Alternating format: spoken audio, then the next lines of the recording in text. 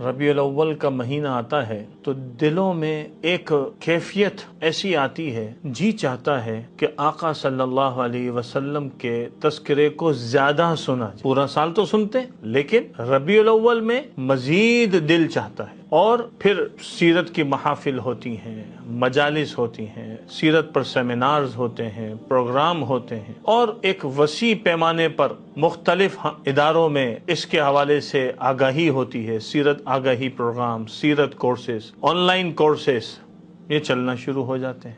ہم سب سیرت پڑھتے ہیں اور پڑھنی بھی چاہیے، اس میں کوئی یہ نہیں کہ نہ پڑھیں، لیکن ایک قدم اب آگے بڑھیں کہ ہر سال تو پڑھتے رہے ہیں، اس پڑھنے میں ایک اور اضافہ یہ کریں کہ ہم نے اس سیرت کو پڑھ کر اس سیرت کو اپنی عملی زندگی میں دیکھنا ہے کہ مجھے اس میں کیا سبق ملا اور میں اس سے کیسے زندگی گزار رہا ہوں۔ یہ ایک بہت بنیادی چیز ہے۔ مختصر انداز میں چند واقعات کی طرف اشارہ کر دیتا ہوں۔ آپ صلی اللہ علیہ وسلم کے زمانے میں ایک دیہاتی مسجد میں آیا، اس کو معلوم نہیں تھا کہ استنجا کہاں کرنا ہے، یا اس کا عذر تھا، اس نے استنجا کیا اور مسجد گندی ہو گئی۔ آپ صلی اللہ علیہ وسلم نے اس کو ڈانٹا نہیں، صحابہ سے فرمایا کہ اس کو چھوڑ دو، اور پھر جب وہ بعد میں آیا تو آپ نے پانی ڈلوا کے صفائی بھی کروائی اور اس کو سمجھایا کہ یہ مسجدیں اس کام کے لیے نہیں ہیں، یہ تو نماز کے لیے ہیں، ذکر کے لیے ہیں۔ اب یہ دیکھیں تربیت ہے، ہمارے سامنے دن میں کتنے واقعات پیش آتے ہیں، ہم اس میں کیا کرتے ہیں؟ کبھی ہم نے غور کیا ہے؟ ہم نے کبھی کسی کے ساتھ اس طرح محبت کا معاملہ سلوک انجام دیا؟ ایک اور واقعہ دیکھ لیں۔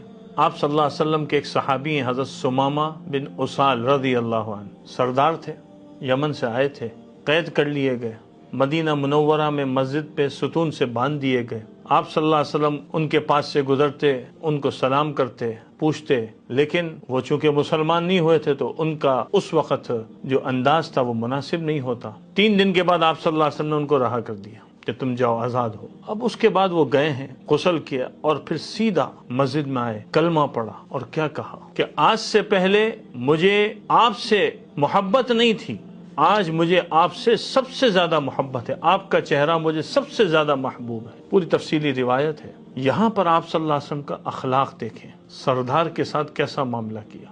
تیسرا واقعہ دیکھ لیں، حضرت ابو سفیان بن حرب رضی اللہ عنہ، مدنی دور میں مختلف غزوات ہوتے رہے اور مقابلے ہوتے رہے اور وہ آتے بھی رہے، لیکن جب فتح مکہ سے پہلے مسلمان ہوئے، حضرت عباس بن عبد المطلب رضی اللہ عنہ جو آپ صلی اللہ علیہ وسلم کے چچا ہیں، انہوں نے فرمایا کہ ابو سفیان سردار ہے، کچھ ان کے لیے امتیازی اعلان کر دیں۔ آپ صلی اللہ علیہ وسلم کو پورا اختیار ہے، لیکن آپ صلی اللہ علیہ وسلم نے ان کو معاف کیا اور کیا فرمایا کہ جو ابو سفیان کے گھر میں داخل ہوگا اس کو بھی امن ہے۔ اور فتح مکہ کے موقع پر ایک عمومی اعلان تھا، لا تثریب علیکم اليوم اذهبوا فانتم الطلقاء، تم سب چلے جاؤ، تم سب کو معاف کیا، سارے آزاد ہو۔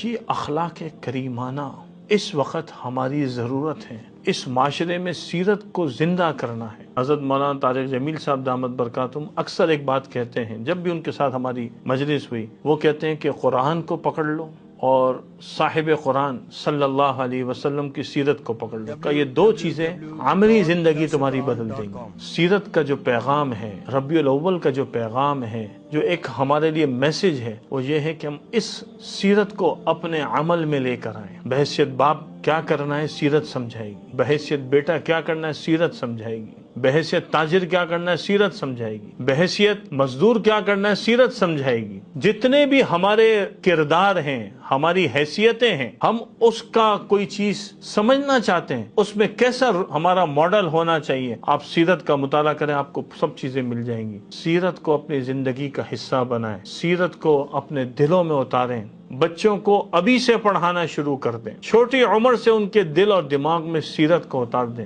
انشاءاللہ جب یہ بڑے ہوں گے تو ان کی شخصیت میں خود نکھار نظر آئے گا، اور پھر اس وقت ہم دعا دیں گے کہ ہم نے صحیح فیصلہ کیا، آج ہمارے بچے کہاں پہنچے، اور بچے دعا دیں گے کہ ہمارے والدین نے ہماری صحیح تربیت کی کہ ان کے کہنے پر آج ہم اس مقام پہ کھڑے ہوئے۔ یہ سیرت کا پیغام ہے۔